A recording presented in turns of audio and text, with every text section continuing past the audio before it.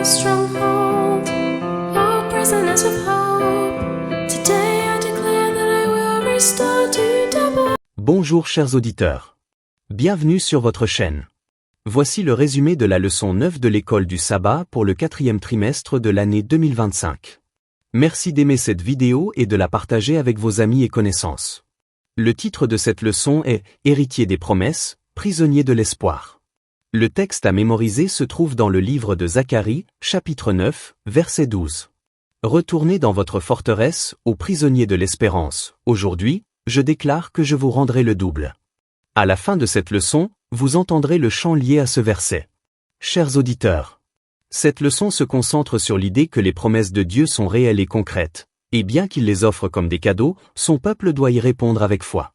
La terre promise devient un symbole de l'intention de Dieu de restaurer ce que l'humanité a perdu en Éden. Elle représente l'espoir, l'identité, le repos, la justice et la nouvelle terre future.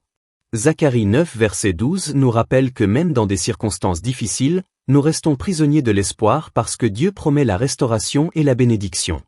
Le livre de Josué, chapitre 13 à 21, contient des listes détaillées des frontières territoriales montrant que les promesses de Dieu étaient spécifiques et tangibles.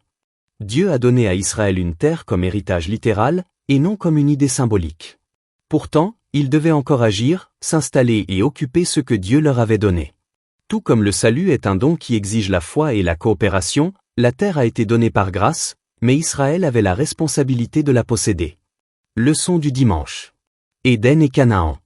Genèse 2 et 3 montrent que le premier foyer de l'humanité, Éden, a été perdu à cause du péché.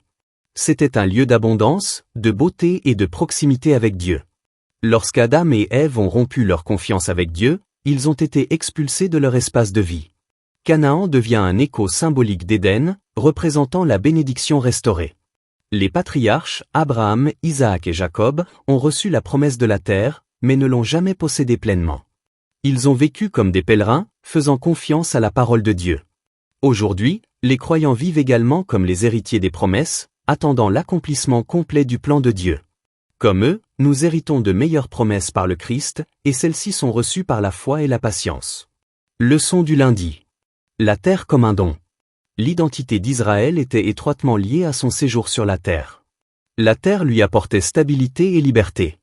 Mais Israël l'a reçue comme un don de Dieu, et non comme un droit permanent. Il ne pouvait y rester que tant qu'il était en relation d'alliance avec lui. La terre lui rappelait également que Dieu était son pourvoyeur. En Égypte, il dépendait de l'irrigation. En Canaan, il dépendait de la pluie de Dieu. Dieu restait le propriétaire ultime de la terre, et les humains n'étaient que des invités. Cette idée s'étend à tous les peuples d'aujourd'hui, nous vivons sur la terre de Dieu en tant qu'étrangers.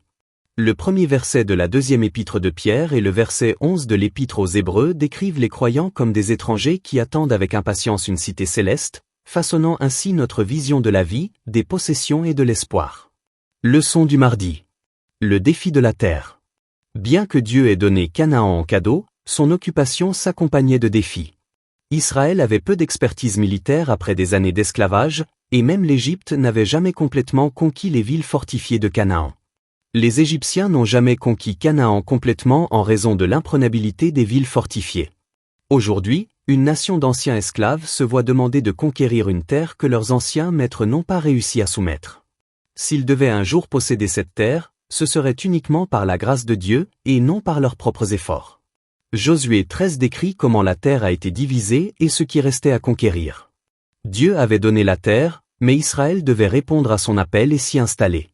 Cela reflète le salut aujourd'hui. Nous ne pouvons pas le mériter, mais nous devons coopérer avec Dieu, vivre de manière responsable et poursuivre notre chemin vers la sanctification. Leçon du mercredi. Le jubilé. Le Lévitique 25 introduit l'année sabbatique et le jubilé. Ces systèmes garantissaient que la terre restait accessible à tous et empêchaient la concentration des richesses entre les mains d'une petite classe supérieure. La terre ne pouvait être vendue de manière permanente, elle ne pouvait être louée que jusqu'au jubilé. Cela protégeait les familles de la pauvreté générationnelle. L'année sabbatique permettait à la terre de se reposer et fournissait de la nourriture aux pauvres. Le jubilé restaurait les terres, libérait les esclaves et offrait un nouveau départ. Ces lois reflètent le cœur de Dieu pour la justice, la miséricorde et l'égalité. Elles montrent que la propriété foncière était destinée à être une bénédiction, et non une oppression. Le non-respect de ces principes par Israël a finalement conduit à son exil.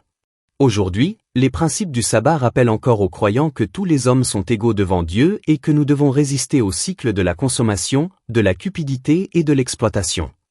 Leçon du jeudi. La terre restaurée. Pendant l'exil babylonien, Israël a fait l'expérience de ce que signifiait être sans terre. Pourtant, Dieu a promis la restauration à ceux qui se repentiraient.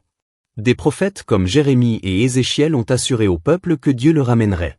Cependant, les promesses de terre étaient toujours conditionnées à l'obéissance. Les prophètes ont également annoncé une restauration plus grande grâce à un futur roi davidique qui s'accomplirait en Jésus-Christ. Dans le Nouveau Testament, la terre promise devient un symbole des bénédictions spirituelles et de la nouvelle terre future. L'accomplissement final et complet des promesses de Dieu concernant la terre est la nouvelle terre où le péché est détruit pour toujours.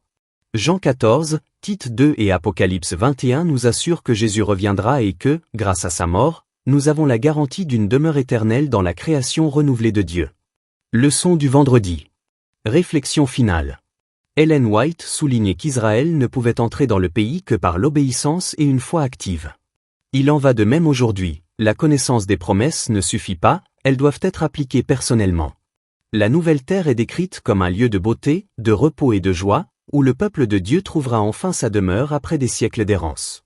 Chers auditeurs, la terre abondante représente la vie abondante que Christ offre, bénédiction spirituelle, paix, espérance et joie. La citoyenneté influence le mode de vie.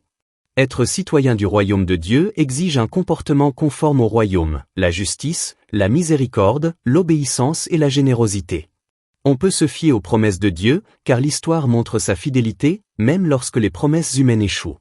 La promesse de la nouvelle terre devient réelle dès maintenant lorsque nous vivons avec des priorités éternelles, pratiquons le repos sabbatique et marchons quotidiennement avec Christ.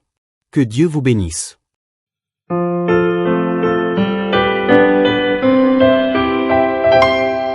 Return to your stronghold, O prisoners of hope. Today I declare that I will restore to you double.